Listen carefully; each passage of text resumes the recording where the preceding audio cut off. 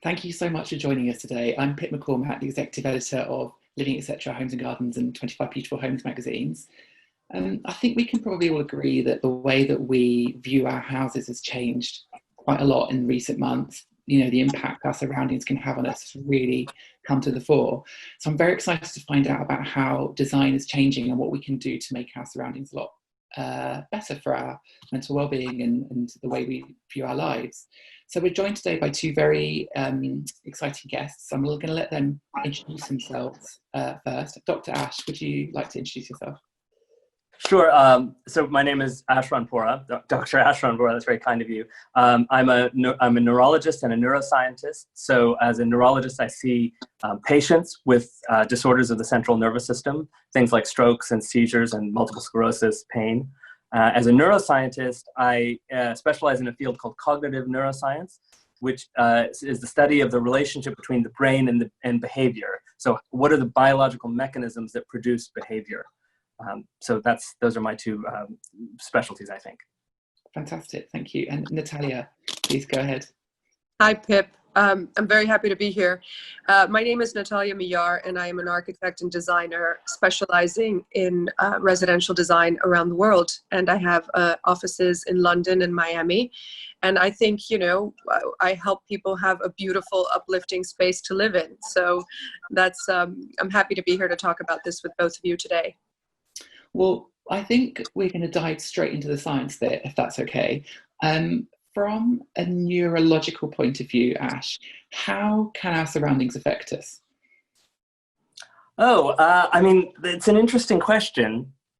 Okay, and actually, it's lovely to start that way, Pip, because what I really wanted to look at from my side of this discussion, because the link between architecture and neuroscience is tenuous, right? I mean, it's a very, very complex subject to think about how humans inhabit built spaces.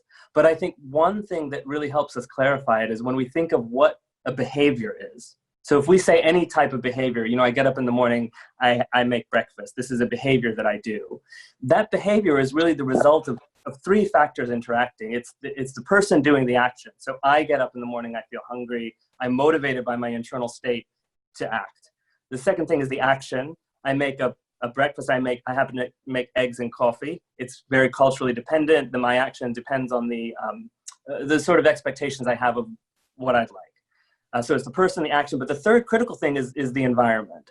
So the environment that I'm in influences my behavior. If there are no eggs, I'll obviously choose something else. If I live in a culture where they don't eat animal products, I'll choose something else. As the cultural zeitgeist changes, I may choose not to eat animal products, right? So the environment that we live in profoundly shapes what choices we make and the way that our brain executes these actions. And in fact, I would say that it changes the possible actions that are represented in the brain.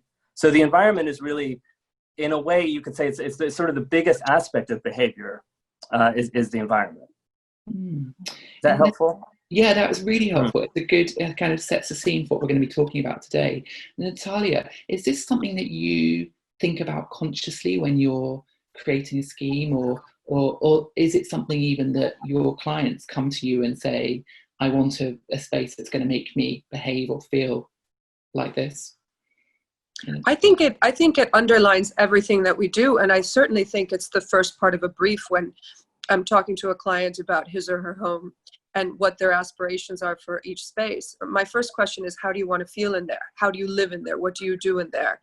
And obviously, the function of the room is going to inform the sort of, I suppose, the state of mind you want to be in. So when we're designing master bedrooms, the overriding request is for something that feels serene and calm and helps bring you down if you have a lot of anxiety.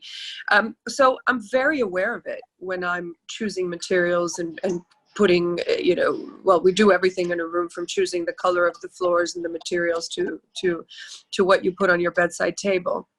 And I think, as someone who has always been incredibly impacted by my physical surroundings, by my space, and it affects my mood very much if I'm in a place that I find uncomfortable. I'm profoundly aware of it. And I think whether we are consciously or subconsciously aware of it, it is a reaction that we as individuals have, whether you're a professional in the industry like me, or you know, somebody who may not be spatially aware or thinks that they don't, that their surroundings don't affect them. I actually think they do. So I think as architects and designers, we have to be very aware of the impact of design on mood, health, you know, all of the things that contribute to our daily happiness. From a sort of writer's point of view, you know, I report on what we see happening in the design world, and it's only been really in the last, I'd say 2 to 3 years, that we've really focused on how, you know, how colours can affect your mood. You know, use this colour to create that mood, you know, use this texture to create that feeling. I wonder if this is something that you're seeing seeping into the design consciousness a bit more, Natalia. Is it something that people are just generally more aware of? I know you've been aware of it for years, but is it something that just feels a bit more common, I suppose?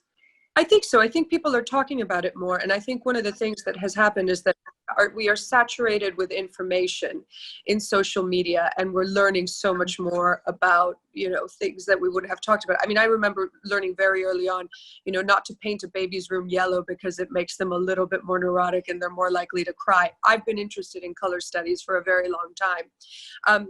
But I think more increasingly, Pip, I think you are correct. People are becoming more aware as they educate themselves into dare I use the phrase self-help? Maybe that's not the right one, but I think we are all becoming more aware of our mental health and our well-being, and how, you know, living a happier, more comfortable life comes down to choices that you make in your you know, every day, and certainly how you live is part of that. I work very much, I mean, one of the hallmarks of my design is that I like to work with contrasting texture. And when I'm asked what inspires me, I always say I go back to nature, because the most incredible color combinations and material combinations are found in nature. And the nicest thing I ever hear about my work, and I hear it a lot, and it always kind of surprises me because I'm quite a high energy person, is that my spaces feel really calm. That when you come in, they feel very calm and they feel very homey. And as I said, I'm a live wire. I am not, you know, a super calm person, but I think it is anchoring the materials, the color palettes, the textures in nature, which is a place that most of us find very grounding. So whether I consciously you know, moved my design towards something that would be uplifting, and, you know, uplifting in a positive way, and but calming at the same time, was conscious? I don't think so. I think just I went to the ultimate source for inspiration, which is where so many of us feel happy, which is in Mother Nature. That makes sense. Ash, I've got a very broad question for you, following on from what Natalia was talking about. I wondered if you could sort of describe a space that would be most optimum for a healthy human response. And I know how broad that is, but you take that wherever you want.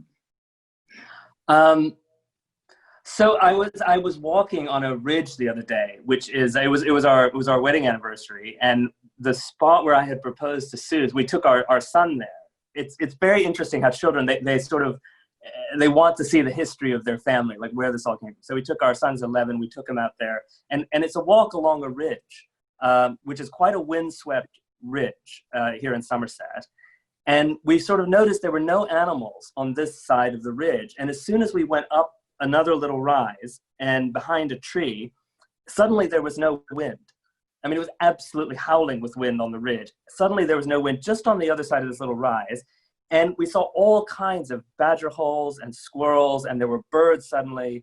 And we had this realization that, of course, the wind makes us feel uncomfortable. It also makes animals feel uncomfortable. So I think Natalia is really right to say that when we look to nature for how animals choose to live, we will tend to be comfortable in the same ways that animals are comfortable. So when you're thinking about a bedroom, something which is sheltered, where we don't have to be on alert and aware of potential things coming in from different directions. I think there are a lot of features where we sort of think about how would we live if we were living really in nature? And instinctively, those are the sort of spaces that will make us feel comfortable. But Pip, I wanted to say, I wanted to say something about choice, like, the way that the designed environment or the built environment affects our choices, because I think this goes much deeper than we realize about just what we choose to do. So when I was in grad school, I was working on a hypothesis that I called the cognitive canvas. And this was the idea that when humans interact with their environment, they're not just outputting. You don't have like a thought in your head and you output it into the environment. Human cognition, even human consciousness, is a relationship between the organism and the environment that the organism is in. So if you think about, okay, like Natalia, you're a designer and an architect. I'm sure that one of the things that you do is you make drawings on paper. And a lot of times when you look at the drawings that architects make, they're not really representative. They're not meant for someone else to see. They're part of the process of thinking. So you move the pen on the paper as part of your problem-solving process. And it's sort of amazing if you think that the brain is producing this drawing. It's producing, in a way, what looks like an output. But that output is also being used as an input. You're reading the drawing that you made to understand your own thinking. It's kind of astonishing, right? So this is what I mean, that like when the organism exists within the environment, it's a very, very much a two-way interaction between the organism and the environment, even in terms of what someone is capable of thinking. So when you choose colors, when you choose textures, when you choose fabrics, it not only creates an emotion, it creates serenity, or it creates calm. I think it also enables a certain kind of consciousness. It enables your brain to work in a certain way that you might not have had access to before. It's why we choose to go to certain, we choose to go to a religious space for a spiritual moment. We choose to go to an intellectual space for an intellectual moment. We choose these spaces because we know that it's helpful to be in a space that facilitates that kind of thinking. I mean, if you go into a cathedral, it's very, very easy to have really uplifting big thoughts. The building is big, the spaces move upward. Somehow it really facilitates that kind of consciousness. And you can have that kind of consciousness anywhere, but the building facilitates it in a certain way. Ash, can I ask you a question? I think this is fascinating. So do you think that is conditioning? Do you think that is individuals? So we go to churches, and yes, they are, you look at Gothic cathedrals, and the expansive light was meant to bring you closer to God. Is it conditioning, or is it an intuitive response that your brain has? That is a fantastic question, and absolutely the most relevant question. Do we just learn that this is our association with a cathedral? We feel spiritual in a cathedral. So I think no. I think some of these things are really deep-seated responses to our animal nature. So when we go into a small, cozy space, which is protected, we feel comfortable, we feel cozy, we feel intimate. When we go into a grand space, we feel that sense of expansiveness. And I think many animals do. The sense of expansiveness that you feel in a church is often, it can be a very social, you're very exposed in that environment as well. So it's a complex relationship. And I think some of it absolutely is learned, but some of it is, it's just the way organisms react to space. If you put any animal on an open field, let's say, most animals will feel threatened on an open field. They won't like it. They'll like to be more on the edges, or they'll like to be in a herd. Like if you look at cows and horses, they'll cluster together so that they're not alone in being exposed in this way. So some of these things I think we're animals, and we respond to these biological drives.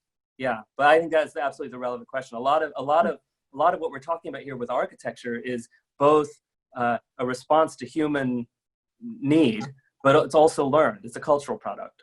Is there sorry, I was going to ask Ash, is there a one-size-fits-all approach? Because the way you're talking, you're right. Like, I would say that, all humans probably feel that way in a cathedral, but I would approach this with the idea that, everyone's brain is different, everyone has different responses. I mean, how general can we be with design? I think that, so we behave in different ways, partly which are cultural. So for example, when I grew up, my family is Indian, and as children, we ate on the floor. So my mother would spread a tablecloth out on the floor, and they had this house built. They had an architect and everything. The house was completely unsuitable to the way that our family lived. So my father never slept in a bed his entire life. He hated it. He said it gave him back pain. So they had this beautiful big master bedroom, and my dad would sleep on the floor next to the bed because he got a good night's sleep. We ate on the floor. We had a really fancy formal dining room, you know, like this 1970s dining rooms, which were really separate from the kitchen and just like for show. And we would eat on the floor in the family room, you know, on a tablecloth. So I think some of these things, like the way that our family lives, would not have been, it wasn't typical for Ohio. But, you know, it was typical for India. So the design of our house probably should have been more of a reflection of our cultural habits and needs. Of course, that would have made it difficult to sell, which I'm sure my parents were thinking when they had that house designed. But no, so I think that there are definitely cultural needs about the way people live, which could be down to a culture of one family lives in a certain way. You know, my wife and I come from, my wife's English, and she grew up eating at a table and sleeping in a bed. You know, we come together with different cultural backgrounds. So our family probably has a unique blend of things that we do. So I do think that there's something, everybody sleeps, everybody eats, you know, everybody does these basic things. But on the other hand, culture really, really changes what we expect our homes to provide us. Yeah. Natalia, are you seeing new products and designs actually being created with sort of healthy human response in mind, do you think? I see products, I see more in materials, Pip, I would say. More material than product. I think people are becoming more aware of the origins, the healthiness of paints, fabrics, timber. And it's not just about sustainability. Unfortunately, I don't think ours is an industry that really values sustainability as much as it should. But, you know, more specifically to your question, I think, yes, as we become more aware of how to live healthier lives, it's more in materials, I would say. But it's not a request I get as often as I think I probably will in the next 10 years. I think we're moving more in that direction. I think you see it in the way our eating habits have changed in the past 10 years. 10 years ago, how many vegans would come to your house for dinner? You know, it's all of a sudden we have this incredible move towards a plant-based diet. And obviously I'm being culturally specific here, Ash, because I know in India there's been a plant-based diet in many places for a very long time. But I'm talking about, you know, in the US and in the UK, where I primarily live and work. I see that move towards a healthier lifestyle socially across all platforms. And obviously it's going to inform what we do in design. So Ash, how would you suggest that designers and brands can start sort of responding to this in a meaningful, mindful way, this new requirement? Well, I think one of the, and this may already be the conversation in the world of design, I don't know, but one of the things that strikes me is that the way that people live, the choices that people make, they change over time, they change over the course of someone's life. And as we've seen in lockdown, sometimes they can change incredibly quickly, just over a few months. And traditionally, well, traditional buildings and traditional houses in particular have been spaces where design features accumulate. You know, someone needs a shelf, so they put in a shelf. Someone needs a spot on the floor, so they clear out a spot on the floor. Someone needs an extra room because they have an extra child. Traditionally, they would just then knock on an extra room, you know, take it down when they don't need it, convert it for animal husbandry when they need it for that. So it's interesting. I think the challenge we have is that we're specializing more. So we have people, you know, I'm a doctor, you're a writer, and Natalia's an architect. So we have these specialized things we do, and we collaborate on the design of our houses. But I think one of the things we should do is maybe still see that as a process which is always changing in time. So we don't finish designing the house at one point. We don't finish building the house on a day. We start a process of evolving design and evolving building, which I think changes with our needs. Natalia, does that sound like, is that really different? No, I think that sounds spot on. I mean, I think, and we're seeing a lot of different trends in how people are living. But ironically, the way people are using space at home is going back to those traditional structures that you were talking about. You know, and we've seen this a lot during the lockdowns with people working from home. The open plan isn't suiting everybody, because all of a sudden, husband, wife, or whatever your family structure is, your kids, you're all in one space. And actually, it is nice to have those breakout areas where you can, you know, do what you need to do comfortably on your own. So I think the traditional architecture, like what we would consider vernacular residential design, was very much a response to the proportions of the human body, the sizes of spaces that we feel comfortable in. They were things that could be built easily by human beings. The ceiling heights were pretty normal. And I think I'm very intrigued by what you said earlier, that we are animals. My dog likes to sit under a chair. He likes to feel protected. And you know, he seems very uncomfortable when he's in a big space, and not, you know, and I think we are the same. I think we as people are the same. So I think design will continue to evolve as it did organically for so many years. We respond to the individual needs of our bodies. And as you say, that changes over time, and it changes with your family. I'm designing a house now in Miami for a couple who are retired, and their children all have their own homes, and they want to downsize. Some things are still going to stay, but the physical needs of a couple in their 70s are very different than when they had young children. So I do believe that as architects and designers, we should design with longevity in mind, meaning it is harder now to just, you know, build an extra room, but you can design a beautiful space that could be multi-purpose in the course of your lifetime. A formal dining room, you know, I very often make that a library as well. I think every room should be used every single day. So if you don't use the dining room, if you use it at Christmas or at Thanksgiving, why not give it a function that's 363 other days of the year? So we do libraries, we do home offices that can have a beautiful table in the center that could be a dining area. I think we just have to be a lot more clever about using the space we have and responding to all the different needs that we have that are ever changing. Well, I'm glad you mentioned home offices, because I think that's probably been the most or the biggest thing to come out of lockdown, is that people are clamoring for a better workspace at home, you know, something that perhaps many people hadn't thought of before, or was relegated to, you know, the box room or the kitchen table or whatever. Ash, what do you think makes a good home office environment in order to feel creative, in order to work in order to feel focused, all of those things that you need to do good work?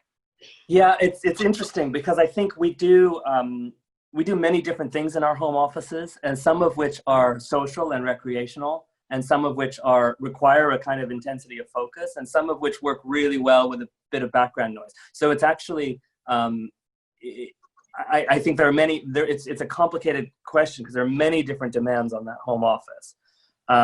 So, for example, in our house, I've got an office with views on both sides, which I really like, because I like being able to see what's going on around the house. My wife is a novelist, and she's got a sort of a shepherd's hut at the end of the garden. She's actually got two offices. She's got what she calls kind of her admin. She's got a little desk in our living room where she does her emailing and, you know, paperwork. And then when she goes out to the shepherd's hut, she goes every morning. There's no electricity, there's no Wi-Fi, there's nothing, and she goes there to write and to read. So she doesn't do any admin. If she takes her laptop, the only thing she does on her laptop there is she writes. And so for her, it's very helpful to have these two different, and we get to have those two spaces. So that's very nice. But I think in general, people need, the more time we spend in the home, the more we need places in our home which are not for sleeping, where we can have privacy and we get time to explore who we are or be who we are. We sort of have control over that space. And it's not a public space. It's not a space where we would entertain or bring in guests, but it's a space which is solely for the purpose of being with ourselves. And that space can be very small. It could be just a chair with a blanket that's your chair. You know, I've got a chair over there where I read. I don't let anyone else use that chair. It's my chair. And somehow even just that is kind of enough. I had that at a previous house in the middle of the living room, and I still liked it to only be my chair. So I don't think it has to be necessarily its own room, but some space which is your space for just being yourself, I think that's very, very helpful. Natalia, what tips would you give to people, you know, from an aesthetic point of view, for decorating a home office or putting one together? You know, I believe in living beautifully, and living beautifully every single day. And so I don't save my beautiful teacup for special occasions. I drink my coffee every day out of a beautiful cup because that makes my morning coffee feel great. And I think the same principle applies to your home office. I see them relegated so often to, facing a wall, a corner in a spare bedroom where the lighting hasn't been considered. You've just shoved it somewhere because you've left other spaces for public, for show, for that Christmas dinner that you have once a year. And so my tips are, whatever that space is, and I agree with Ash, it doesn't have to be huge, but make it beautiful. And what does that mean? I realize that's subjective. That means face something beautiful. If you have if your favorite view in the house is in the dining room and that is where you just feel inspired, put your desk in that window because you're going to use that every single day. Or I don't like to face a wall. I like to face into the room. I like to see people who are coming in and I like to have my books around me. So I created an organically shaped desk that looks great from every area. And I can look out at my home and at my art and at all the things that I love. In terms of a home office, we're really lucky that technology today doesn't have to be bulky. So you can have something that feels streamlined and it does give you flexibility as to where you can place desk, chairs. Have a comfortable desk chair. Spend money on that. Again, you don't have to spend money only on the fancy stuff that you're showing people. It's where you sit every single day. So I think that idea of living beautifully is, we do it every day, so shouldn't we do it in the best possible way? I think that's a really lovely note to end on. I can't believe we're out of time because this is such a fascinating topic and I want to hear so much more. But I believe that what you've said will inspire people to at least think about the topic a bit more in a new way. And it's been incredible. So thank you so much for your time. I really appreciate it. Thank you. Thank you. It's been really fun. I've enjoyed it so much. I wish we could continue. Thank you, Pip. Thank you, Ash. Thank you. Bye. Okay. Thank you so much for joining us today and being at this talk. I mean, I found it absolutely fascinating, so I hope you did as well. Unfortunately, Natalia couldn't join us for the live Q&A bit today, but Dr. Ash is here and we've been having some questions coming in throughout the talk. So we'll just get straight into them. I'm going to start with one from Jane Bishop, which is a really interesting question. She says, does a room which has been decorated or painted with dark colours influence negative feelings such as depression? That's an interesting question. So the short answer is that the kind of relationship between color and mood is probably learned. It's probably a cultural association. So for example, I know that in Chinese culture, the color red means something very, very different. Like in our culture, it's an activating, energizing, exciting color. And in their culture, it has some superstitious meanings. It's also exciting and it's kind of quite widely used. But so I think some of these things, they're really, really learned cultural associations. And the relationship between mood and color, it's an interesting thing that, like, our language about mood, we sort of talk about feeling blue or feeling dark or down. We use these very downward and negative, sort of downward moving words and darker moving images. So it's possible that even though it's culturally seated, it's like very deep seated. But I don't know any studies which really show that like dark colors in a room would cause someone to feel depressed. I would make an argument that it very much depends on the person, because some people in a bright open space will feel exposed and therefore anxious.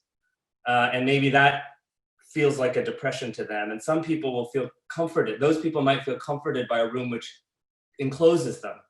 And they also, again, it also depends on the room. A bedroom might want to feel enclosing, whereas a living room or something, you might want to feel more open, more social. So I think it's a really context-dependent thing about the color of interior spaces.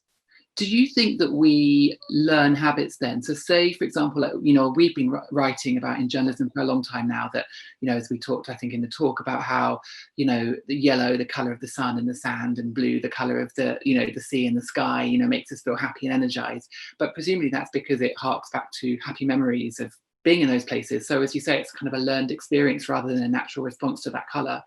So I suppose people can set their own memories with colors and have their own experiences in the same way with dark shades too, right? And you know what's really amazing about the brain is that you're so able to construct your own reality in your brain.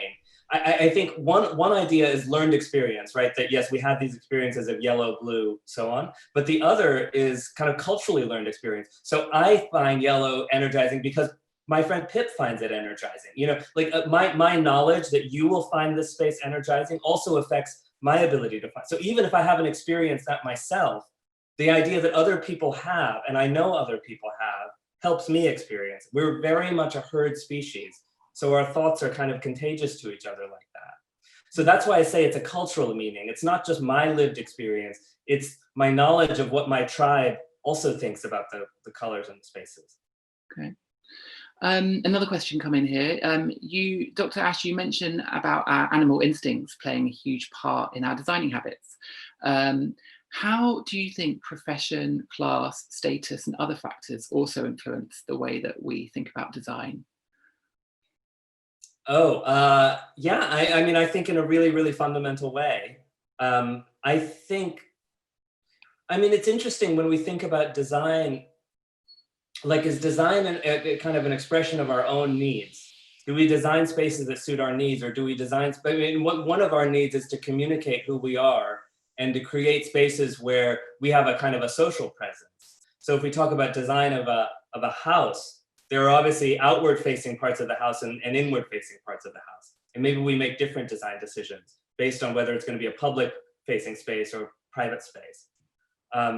So I think that when it's a public space, there's no question that your position socially in terms of class and ethnicity and your cultural story, that's the story you're communicating on the outside. So your social space communicates that story.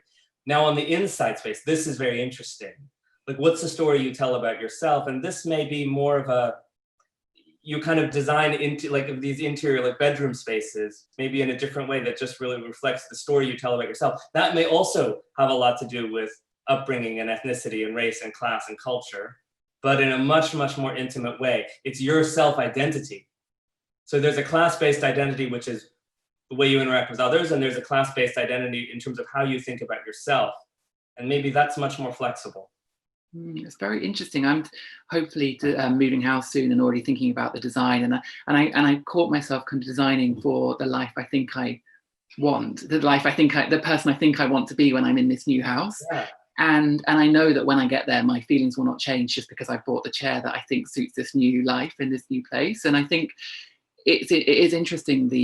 I'm really sort of aware of the link between consciousness and design at the moment, and self-perception. It's sort of well, and I have to say that as a non-designer, I find this intersection of identity and design kind of crippling, because like we've been living in this house for I guess a year and a half, 2 years, and I don't think I know how to buy stuff for the house, because I sort of like this interaction between who am I, what chair would I get, having not sat in it, having not seen it, having no connection with this object yet. For me, it's very, very difficult, because I can only respond to objects that I've actually already had a connection with. So when I've got a friend who is very good at design, and when she shows me something, I say, well, I don't know. I haven't owned it already, so how do I know if I like it? You know, it's tricky. It's tricky. So what do you do? What have you been buying? How have you got around it? Nothing. I'll tell you what we bought. So we spent 6 months buying nothing. And then we bought a set of these really, really high-end boule, you know, those balls for the French game. I mean, we spent hundreds of pounds buying like really, really high precision ones crafted in France. We don't have a chair to sit on, but we've got, because we know we want that. That's the sort of thing where like, we really love playing boule with our son. We can buy that. I bought a motorcycle. I definitely know what kind of motorcycle I want. I don't know. It's largely the house's stuff that we've accumulated just over time. But design, the idea of intentionally making choices about objects and spaces that reflect your identity, to me, it feels very baffling. And it's a really interesting and difficult thing to do. Particularly in the field where you have designers trying to find the identity of clients.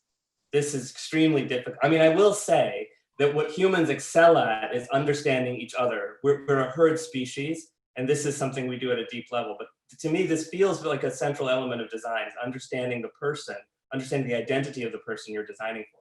Yeah, and I think a good designer is also a a relationship therapist, a general therapist, and helping you get to the core of what you need and who you want. And I think that really has to come from that. That has to be a skill, I think, of any good designer too, I imagine. Well, in fact, I know.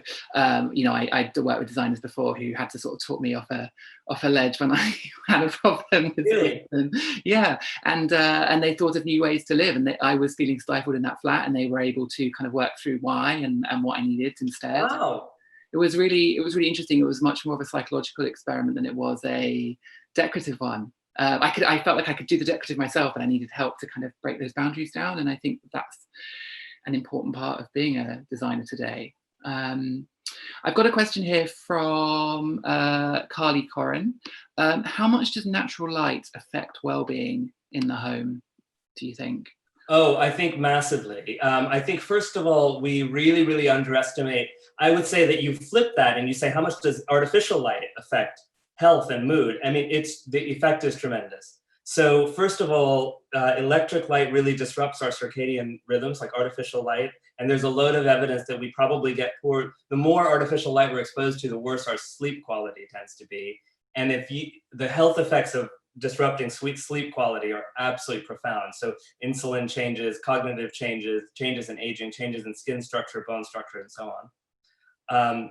So there's a real negative cost of artificial light. And I say this is in a completely hypocritical way. I mean, I stay up really late. We're obviously using electric lights quite late at night. So I'm aware of it. It's very hard to implement that change. But natural light in a home, I think, is one of the most precious resources that you really can have. And it's difficult. We live in a country where, at least here in the UK, it's when you want the outside to come in when it's a beautiful day like it is today, and then on really, really rainy and gray days, you want a hearth and a warm glow from the inside of the house. So, balancing these environmental conditions is challenging. And obviously, the more natural light you let in, you have difficulties with temperature regulation and heat. So it's not that I don't envy designers who have to make these kind of how do you balance the trade-offs here.